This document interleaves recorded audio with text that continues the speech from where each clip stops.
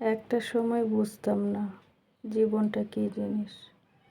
এখন এই সময়ে এসে হাড়ে হাড়ে বুঝতে পারি যে জীবনটা কী জিনিস।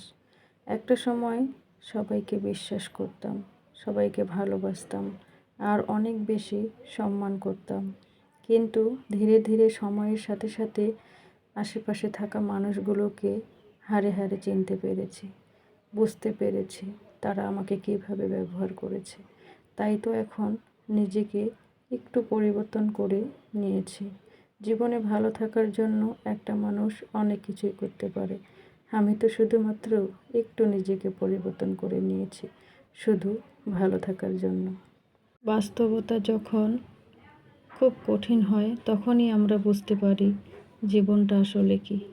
আমরা যখন ছোট ছিলাম তখন সব কিছু কতই না সুন্দর ছিল, কতই না সরল ছিল। খুব সহজে সবাইকে বিশ্বাস করতাম। সময়ের সাথে সাথে আমরা জীবনে অনেক বেশি কষ্ট পাই, প্রতারণা বুঝি, হারানোর যন্ত্রণাও বুঝি। তখনই জীবনের আসল রূপ ধরা পড়ে। একটা সময় সবাইকে খুব বেশি বিশ্বাস করতাম, সবাইকে ভালোবাসতাম, কিন্তু পরে বুঝি সবাই একরকম নয়, সবাই আমার মতো নয়। কেউ সত্যিকারের পাশে থাকে, কেউ স্বার্থের জন্য আসে।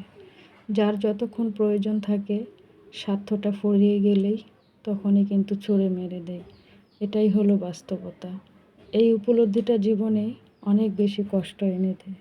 তবে এখান থেকে জীবনে সবথেকে বড় কষ্টটা পেয়েছি, আর সেখান থেকেই শিক্ষাও পেয়েছি।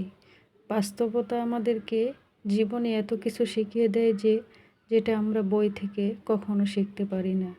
বাস্তবতা যখন জীবনে আমরা উপলব্ধি করি তখনই আমরা বুঝতে পারি যে কী করা দরকার, কীভাবে নিজেকে ভালো রাখা দরকার। নিজেকে যতটা ভালো রাখা যায়, যত কিছু করা সম্ভব সেটাই আমরা করি। জীবনে ভালো থাকার জন্য মানুষ অনেক কিছুই করতে পারে। আমি তো একটু নিজেকে পরিবর্তন করে নিয়েছি শুধুমাত্র ভালো রাখার জন্য।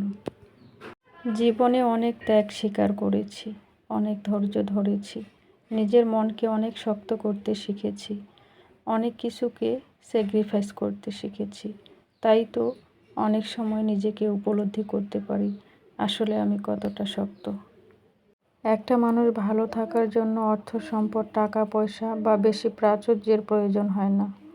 জীবনে ভালো থাকার জন্য সুন্দর একটা মন থাকা প্রয়োজন, ভালো চিন্তাধারা প্রয়োজন, মানসিক শান্তি আর মানসিক স্থিরতা প্রয়োজন। নিজেকে সবসময় ভালো রাখার জন্য বাস্তবতাকে উপলব্ধি করে একটু পরিবর্তন করে নেওয়া উচিত। তাই আমিও পরিবর্তন করে নিয়েছি। নিজেকে ভালো রাখার জন্য যদি আমার আশেপাশে থাকা আগাছাগুলো পরিষ্কার করতে হয় তবে সেটাই করব। সব সময় ভরসা রাখবো আল্লাহ তাআলার উপরে। আল্লাহ তাআলা যাই কিছু করেন না কেন তার বান্দার জন্য সেটাই মঙ্গল। তাই তো সব সময় ভরসা রাখি আল্লাহ তাআলার উপরে। অন্যরা আমার ক্ষতি করার চেষ্টা যতই করুক না কেন, আল্লাহ যদি আমাকে ভালো রাখেন অন্যরা কখনো আমাকে খারাপ রাখতে পারবে না। তাই তো সব সময় শুকরিয়া আদায় করি সেই সৃষ্টিকর্তার উপরে। আলহামদুলিল্লাহ।